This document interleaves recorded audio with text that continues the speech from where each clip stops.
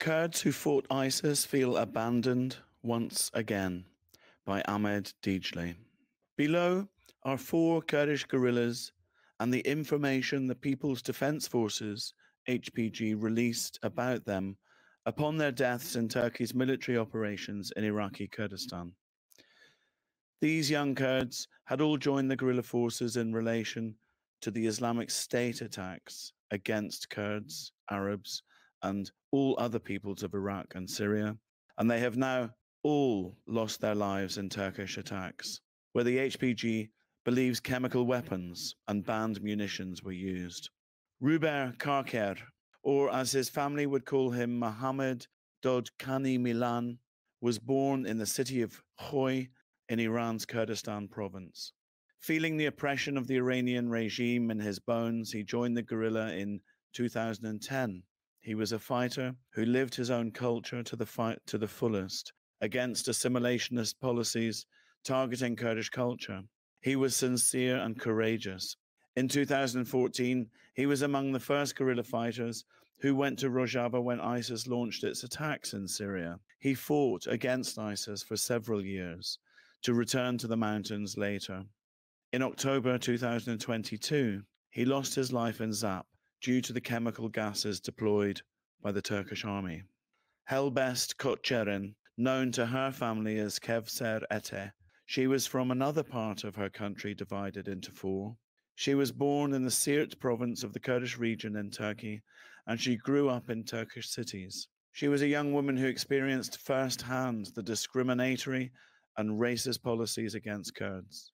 In 2014, Kevser took up arms and headed to the mountains when ISIS brutally showed up. She served in several areas where ISIS was attacking. Her friends say she joined the fight with no holds barred. She was severely injured in an ISIS attack.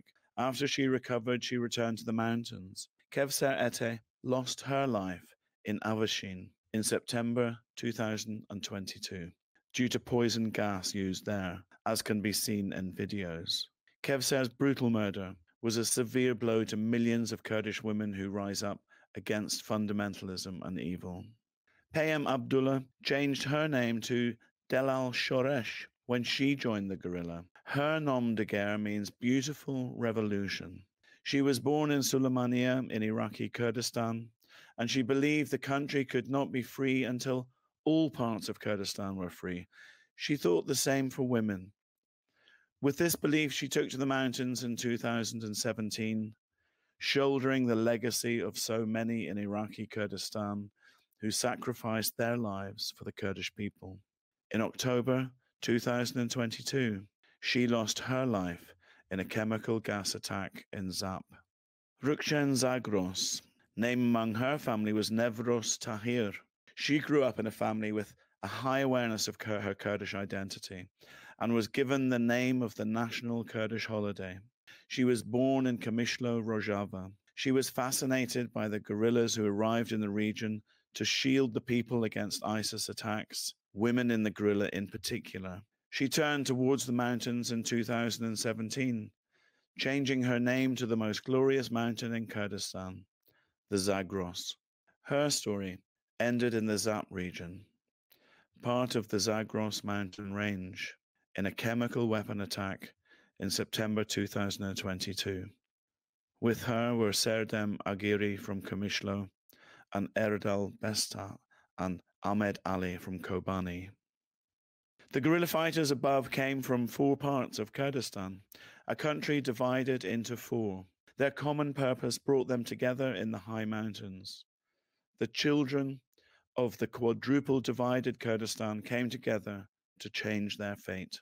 Information provided here comes from the HPG statement dated the 17th of October 2022, when the group announced the death of 17 guerrilla fighters in chemical attacks by Turkey. There have been statements, evidence, and documents that point to the Turkish army using chemical weapons in the region, especially since 2021. Investigation committees are not allowed to enter the area to look into the allegations.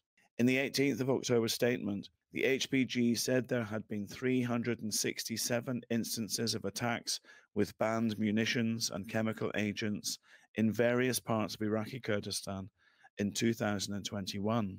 According to the group, 46 guerrillas lost their lives in these attacks.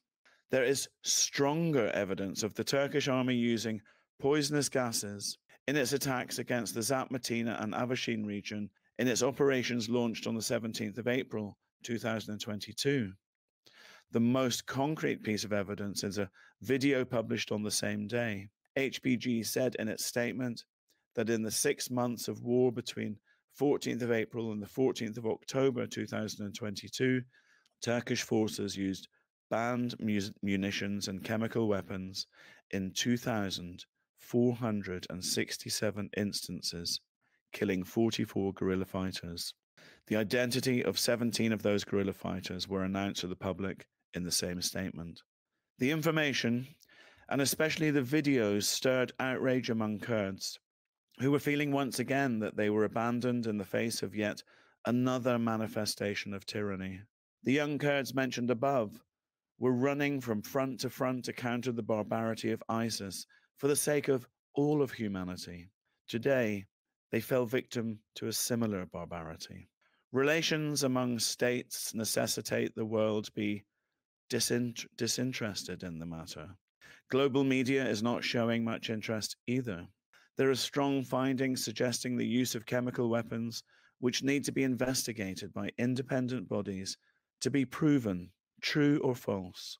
But as the Kurds have no state representing them, they fall on the wayside once again among the various interests of various states.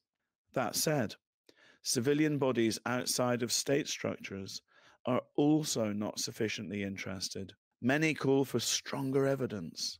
Kurds are told to prove they are being murdered.